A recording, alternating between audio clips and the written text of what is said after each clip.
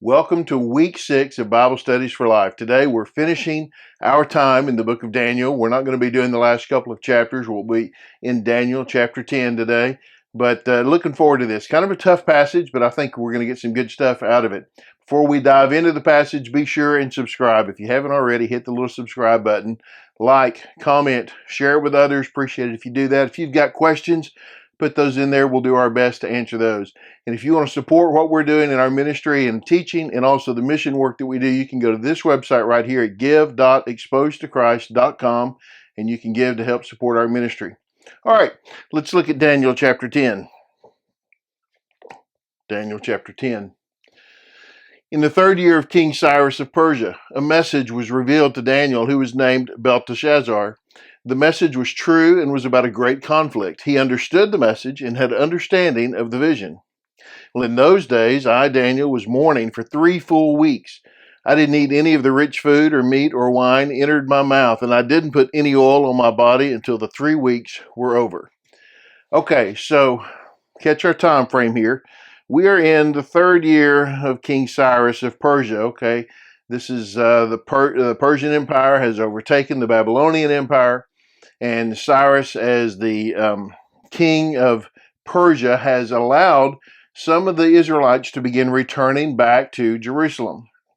So we're now in the 3rd year of this, and Daniel gets a message. It says, in the 3rd year of King, a message was revealed to Daniel, who was named Belteshazzar. Here, kind of an odd place, right, where we get the Babylonian name for Daniel thrown in there, and almost you read this as like third person, right?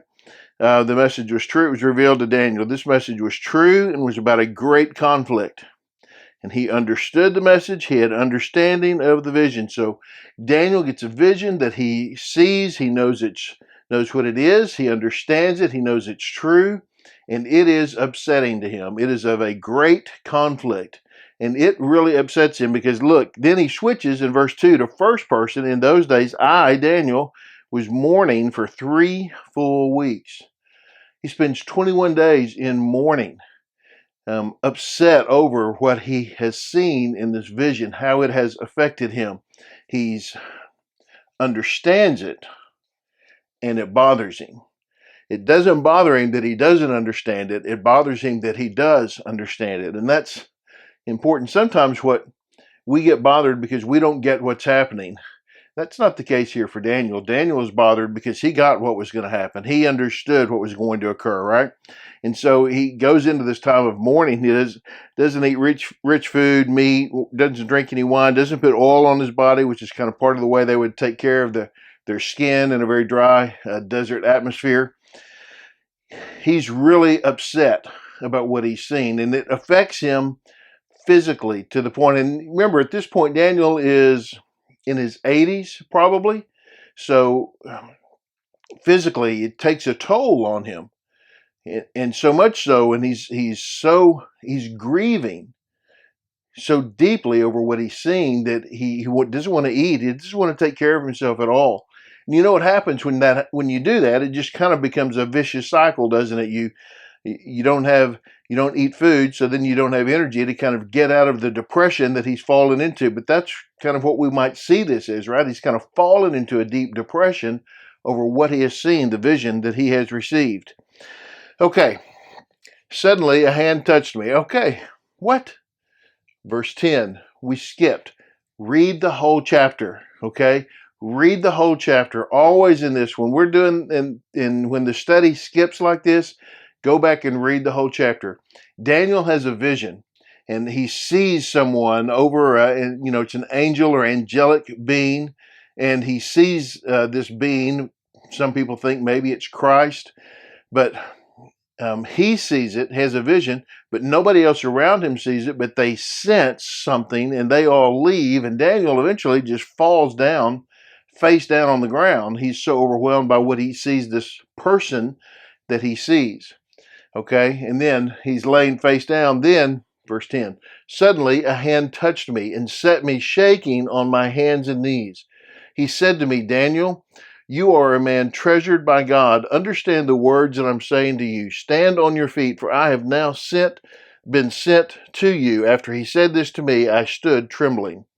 Okay, so a hand touches me, sets him on his hands and knees, right? He's on it, so gets him up off his face to his hands and his knees, and then says these great things to Daniel. Boy, wouldn't you love to hear this from the Lord? But you are a man treasured by God.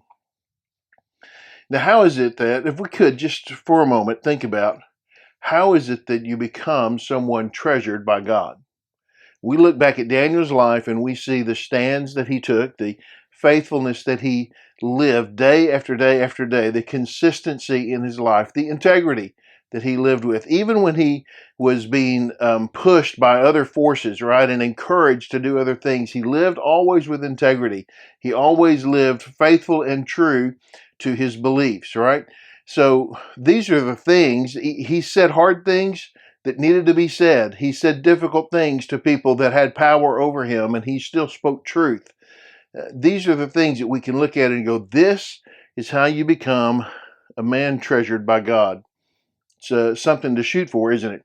Understand the words I'm saying to you. Stand on your feet, he says, because I've been sent to you. And I love this because he says, okay, I stood up, but I was trembling. This is recognition. Okay, I'll stand, but man, he's been through this emotional turmoil. At the end of that time, he has this vision. It just knocks him on his face. And now this person stands and picks him up, right? And tells him to stand. So he says, okay, well, I'm going to stand, but it's the best I've got, right? Don't be afraid, Daniel, he said to me, for from the first day that you purposed to understand and to humble yourself before your God, your prayers were heard. I have come because of your prayers. But the prince of the kingdom of Persia opposed me for 21 days. Then Michael, one of the chief princes, came to help me after I had been left there with the kings of Persia. Okay, we'll talk about the first part of this and then the second part, and we'll try to get through this quickly, okay? But he says, don't be afraid. He says, and here, how do you become the man treasured by God? Look at this. You purposed to understand and to humble yourself before your God.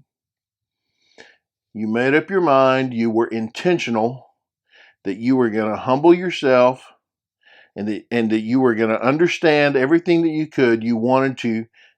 And he prayed. This is how he did it. Your prayers were heard. He prayed, Lord, help me understand and help me. I know I need you. This humbling, right? There is a God and it's not me. I need the God. I need God to be in my life, to show me these things. So this is part of how he becomes this man who was honored by the Lord. Look, he did it on purpose.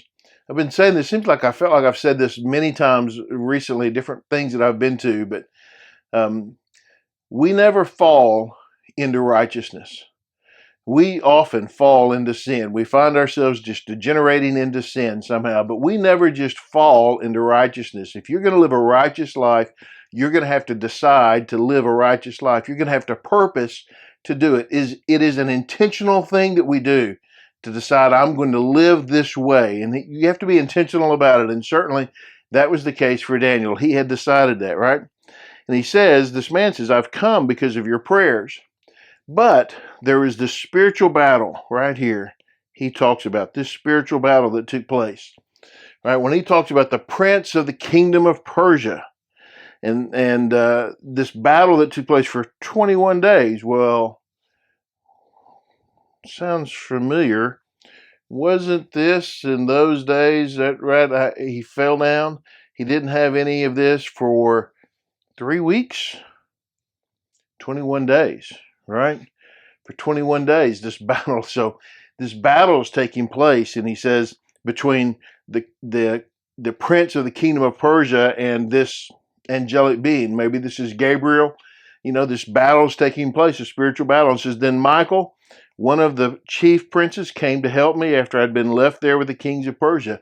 So there is this description that he's giving him of the spiritual battle that's taking place, unseen by human eyes, but seen by those spiritual beings who recognize that there are spirits that have charge or have influence in certain areas, and here this battle is taking place between these angelic demonic beings, and and he's trying to be there, and it's a struggle, right? There is very real. This is very real. There's this reality of spiritual warfare that is taking place that is not just the warfare that maybe we have with Ephesians 6, right? We don't battle with flesh and blood, but our battle is with spiritual powers in high places. That's this. And there are spiritual beings on our side in spiritual warfare. That's what he's describing here. Suddenly, he's overwhelmed by this again, right? Suddenly, the one with human likeness touched my lips. I opened my mouth and said to the one standing in front of me. Now, some people say this is Jesus appearing, pre-incarnate Jesus appearing. I opened my mouth and said to the one standing in front of me. I'm not saying that's what it is. I'm just saying some people say that. Maybe, maybe not. We don't know. But my Lord, because of the vision, this is the one he talked about back in verse 1, anguish overwhelms me and I am powerless. I am powerless. How can someone like me, your servant, speak with someone like you, my Lord? Now I have no strength and there is no breath in me. How can I do this? How can I be a part of this? He says, I'm worn out. I saw this and it overwhelmed me. I couldn't deal with it, and I don't know how.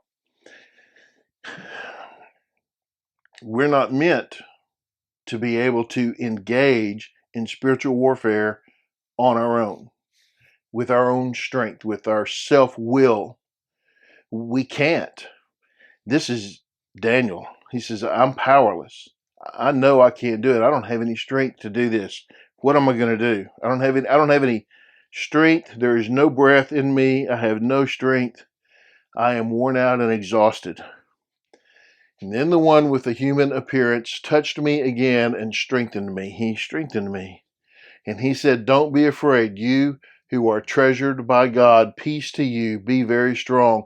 And as he spoke to me, I was strengthened and said, let my Lord speak, for you have strengthened me. As he spoke, I was strengthened.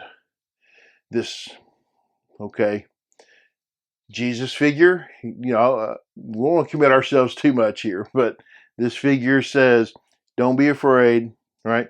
Peace to you. Be strong. Sounds like Joshua 1:9, right? Be strong and courageous. Be strong. And look what he says. As he spoke, it wasn't that he touched me and I received strength. It was just as he spoke, I was strengthened. Look, when we get in the middle of a spiritual battle and we're in a war, the Lord will speak. The Lord will encourage you. The Lord will walk with you through that. He may speak to you through a person. He may speak to you through his word. He may speak to you in the midst of prayer. But the Lord will come and strengthen you for whatever battle you're going to face. Man, this is great stuff. I hope you've enjoyed that. Look, go in the battle, right? Go to war. When you step in front of a class to teach them, you're going to war. So go to war. Thank you for doing it. God bless you for it. Thanks for watching. Be sure and subscribe if you haven't. Like, comment, share with other people. Love it when you do that. We'll see you next time.